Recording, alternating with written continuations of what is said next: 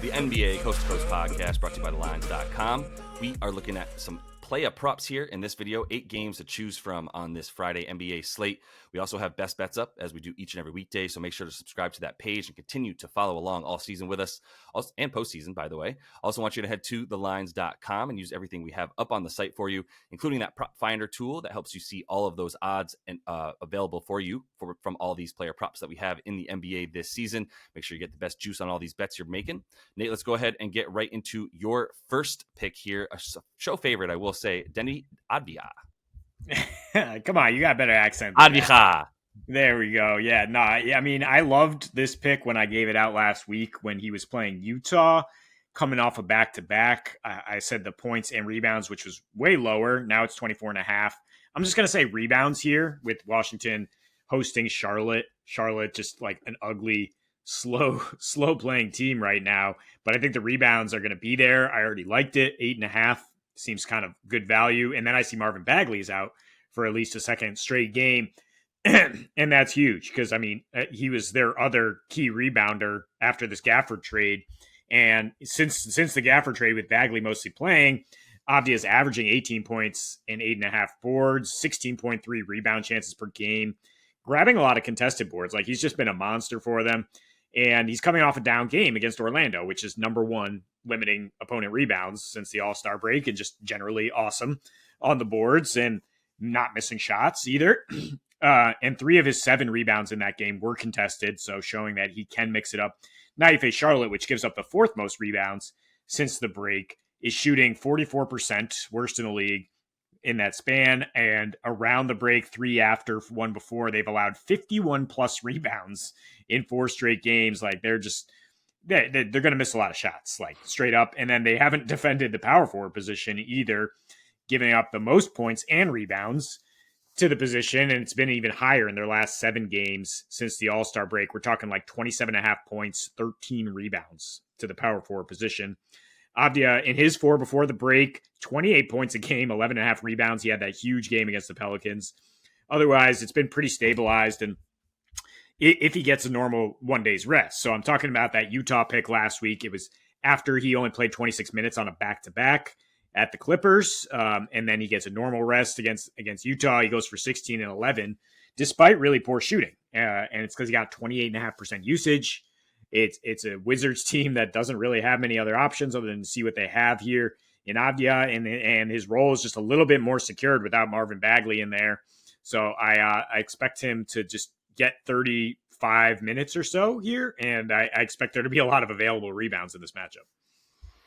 Yeah, I think there's probably some misses coming in this game. That would be where I lean more than anything, as we've seen. I mean, even as fast as Washington's tried to play, there's still going to be a good amount of possessions and missed shots. More importantly, in all of those possessions, so the pace only helps us, and the missed shots that I think are incoming also really helps the Denny Avdia, rebounding line there.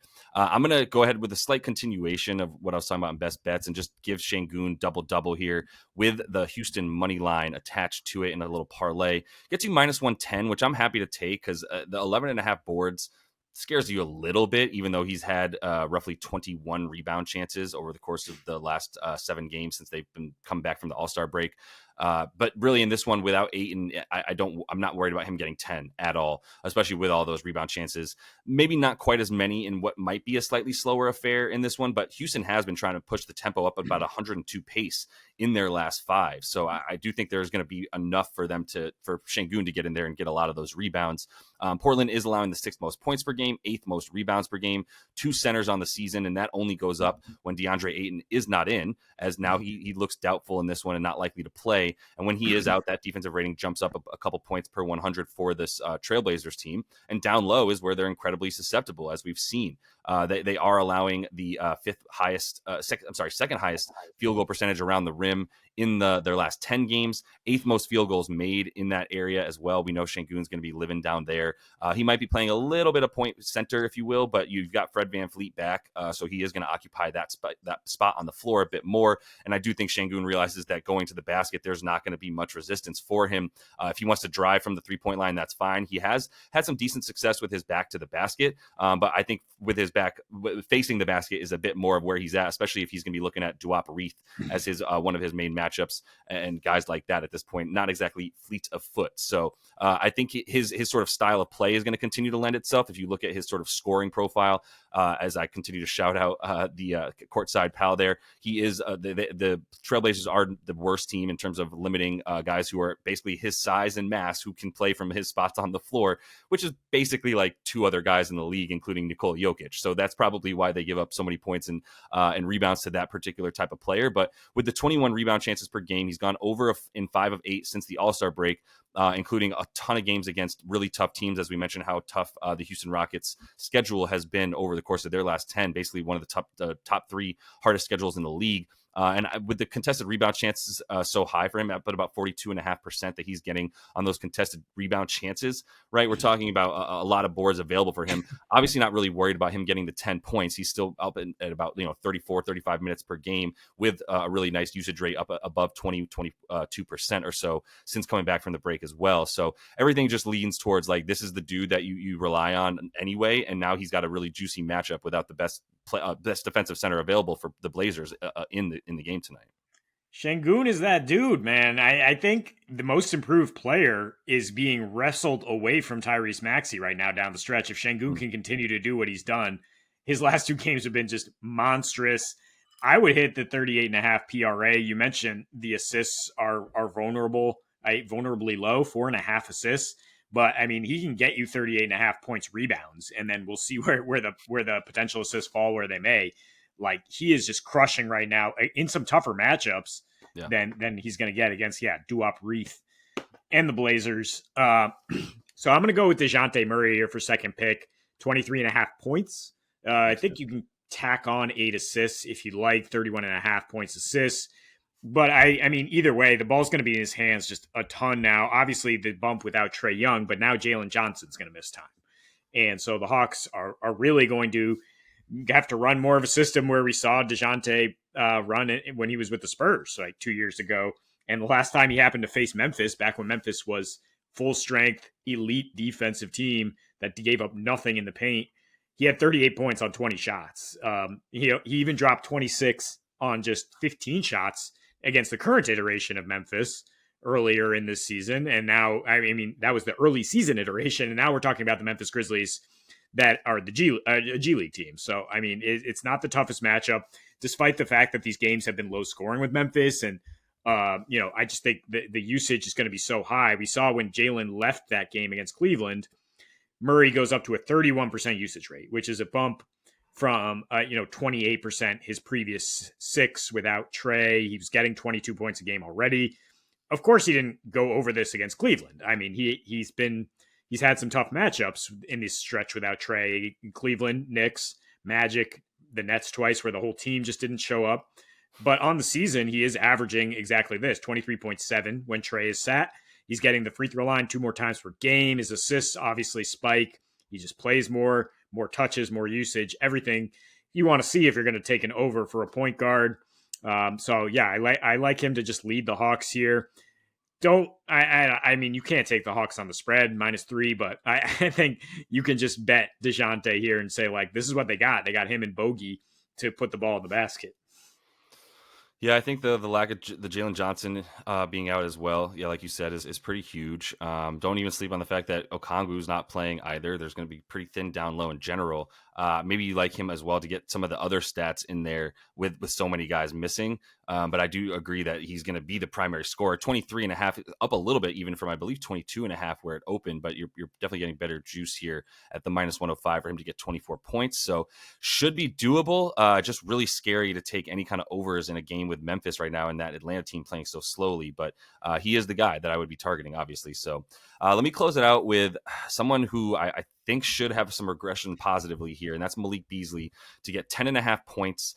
I don't love the threes because you get even worse juice for him to get over 2.5 threes, but he's got to make threes for this bet to hit, and that's what this bet is predicated upon. So might be worth looking at as well. If he does hit 3 threes, that is technically less than 10.5 points that he needs here. Although I do think he's still liable to get a few other buckets as well going to the rim, where Lakers have actually been surprisingly bad in terms of their efficiency defending the painted area. So we'll see what happens if Malik does get run off the line at all. But if he doesn't get run off the line, then he's playing against a Lakers team that's been really, really bad defending the three-pointer, which is why they've been really bad defending defending shooting guards, rather, allowing the third most points per game on the season to the shooting guard position, allowing the most points per game to someone who's shooting from as consistently outside as Malik Beasley. When you look at his scoring profile, like I said, 7.3 of his 9.6 field goal attempts that he's taken over the course of his last 10. Those are all, last 7 since the All-Star break. That's like a very high percentage of that's like Boston Celtics level percentage 3-point attempts based on your total field goal output. So he's still at basically 10 field goal attempts per game. And this is just really all based on a good matchup with high volume that hasn't really waned at all for him. It's just been his ability to make those shots. I mean, he's shooting 38.8% from the field and 37.7% from deep. So the fact that he's still shooting about 37.5% on 7 threes attempted per game right now in those last 7 since the break, like I still think that's a good enough volume to go ahead and assume that a guy is going to at least hit 3 of those, or let's say 2 of those, and then the ability to get inside the paint a little bit more if he gets run off the line. But it's those 10 field goal attempts per game that I look at and go, like, the Lakers aren't stopping what he wants to do. I got to feel good about it. They're in the bottom 10 in terms of their opponent 3-point percentage from the corner, from above the break as well. And Beasley's basically shooting an even amount of shots he's shooting about 4.5 threes from above the break and 3 of them from the corner.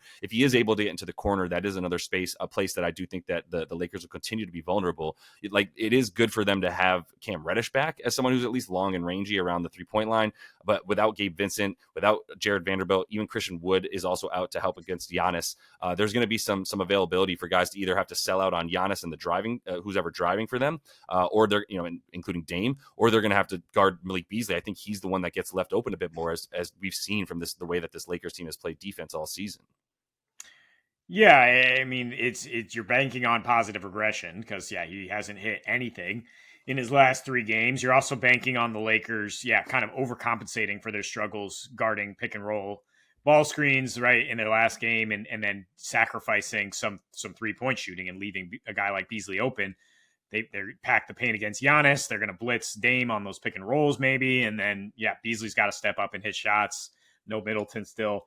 I understand the logic. I wouldn't put heavy units on a guy who's just going to be make or miss, like low usage, and does he hit his threes? Well, it's sort of a coin flip type situation. But I understand where you're coming from for sure. Yeah, I hear you. And the only edges that I'm looking at here are just make the shots, dude. Just make the shots that you get. That's really what I'm looking at here. And if he doesn't, then we'll die with it. But not going to go too crazy with the unit measurement here on a Malik Beasley prop. Dame's is a little bit high, but the Lakers have been just as bad if not worse, guarding point guards this season than they have shooting guards. And Dame is a guy you would expect to come with it. He's been a little bit up and down as well. I know you don't really like points in this game, so I took a little bit of a lower prop, and we'll throw a half a unit on it for Malik Beasley. But that is all the time we have for you in this one. Continue to follow along. Also have a best bets video up, as I mentioned, for you, so make sure to subscribe to that page. Until we see you next, happy betting.